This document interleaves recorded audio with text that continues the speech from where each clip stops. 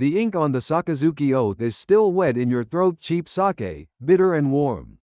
You bow so low your forehead almost touches the tatami. Outside, kabukicho glows like it doesn't know your name yet. Inside, everyone already does. Respect is currency here. Pain is interest. This is your life, level by level, inside the Yakuza. Trainee. The bottom of the pyramid, longing for respect. Your mornings start before the neon turns off. You sweep the office entrance on a narrow street in Shinbashi. Pull weeds from the curb. Wipe fingerprints off the glass door. You pour tea you're not allowed to drink. You stand behind chairs you're not allowed to sit in. When the phone rings, you answer with a voice that doesn't shake. When it's silent, you listen anyway. You run errands in cheap loafer cigarettes, bento, envelopes from a convenience store ATM. You watch the way men bow, the angle, the timing. You memorize names, crests, cars, the difference between a laugh that means approval and one that means you're about to be used. You tell yourself the sakazuki makes you family. You tell yourself you're being tested. You tell yourself the oyabun-kobun bond will protect you. But family doesn't mean equality. It means obligation. At this level, you are a shadow trying to cast a reputation. Kumichō, rank and file member. Standing at the edge of real stakes. Now you ride in the backseat, not the trunk. You wear a cheap suit that actually fits, and you keep a spare white shirt in a plastic bag because sweat and blood look the same under streetlights. You collect dues from a snack bar in Ikebukuro. Stand in a pachinko parlor doorway, and make sure the manager understands the schedule without writing anything down. There are rules. No loud scenes. No knives unless someone else pulls first. Always pay your tab. Always bow to the right people. Always keep your mouth shut in the kobun's line of sight. You learn the feel of an unmarked envelope, thick bills, no receipts, the weight of someone else's fear. You tell yourself it's just business. You tell yourself you're keeping order. You tell yourself loyalty is a shield. Then you see what mistakes cost. A missing payment, a sloppy threat, a name spoken to the wrong girlfriend.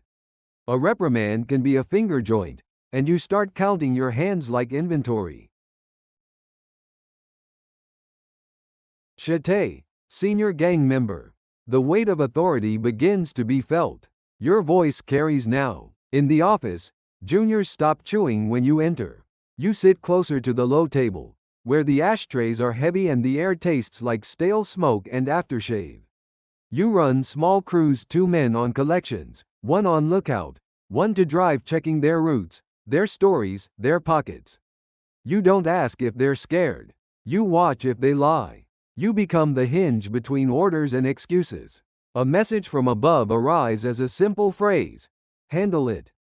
You translate it into a plan. Who goes, what they wear, what they say, what they never say.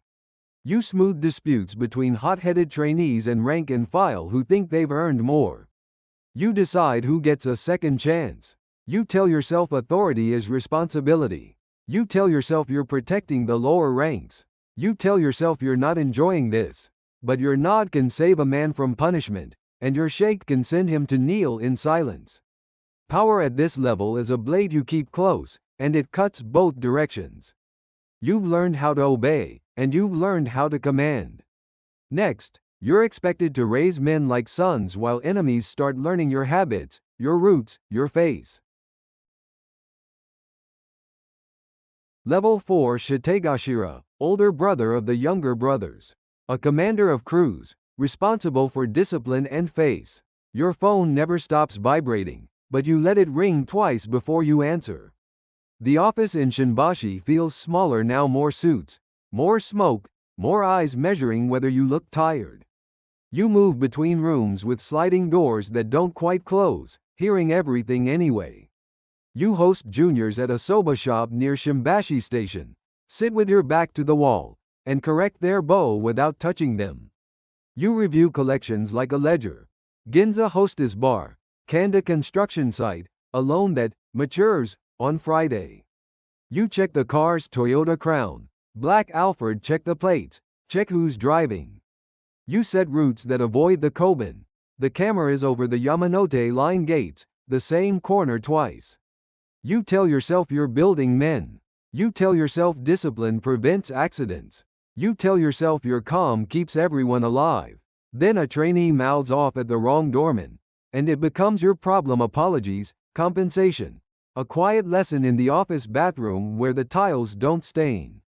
At this level, you don't throw punches. You arrange them like flowers in a funeral. Level 5 Wakagashira, under boss. Second in command, turning street crews into an organization. Meetings happen before lunch, when the city is still pretending to be ordinary. You sit beside the oyabun on tatami that smells of incense and old money, and you speak only after the room settles. Outside, a driver waits with the engine off, hands on the wheel, eyes forward. Inside, your notebook stays blank, everything important lives in memory. You divide work like territory on a map. Who handles nightlife in Kabukicho? Who keeps pressure on a Saitama trucking company? Who talks to the lawyer in Kasumigaseki without saying too much? You approve promotions. You approve discipline. You decide which conflict gets cooled with envelopes and which gets cooled with broken pride. You tell yourself you're the buffer.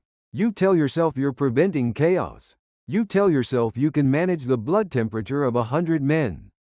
But every promise you make becomes a chain protection: money due on time, bail paid fast, funerals attended with the correct wreath and the correct bow.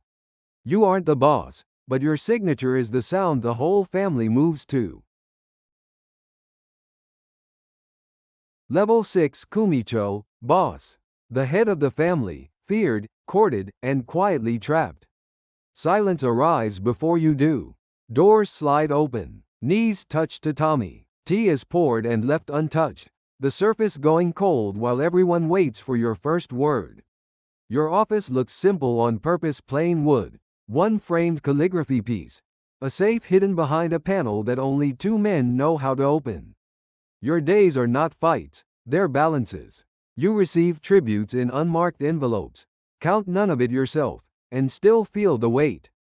You meet a union leader in Nihonbashi, a nightclub owner in Roppongi, an old friend who asks for a favor without asking.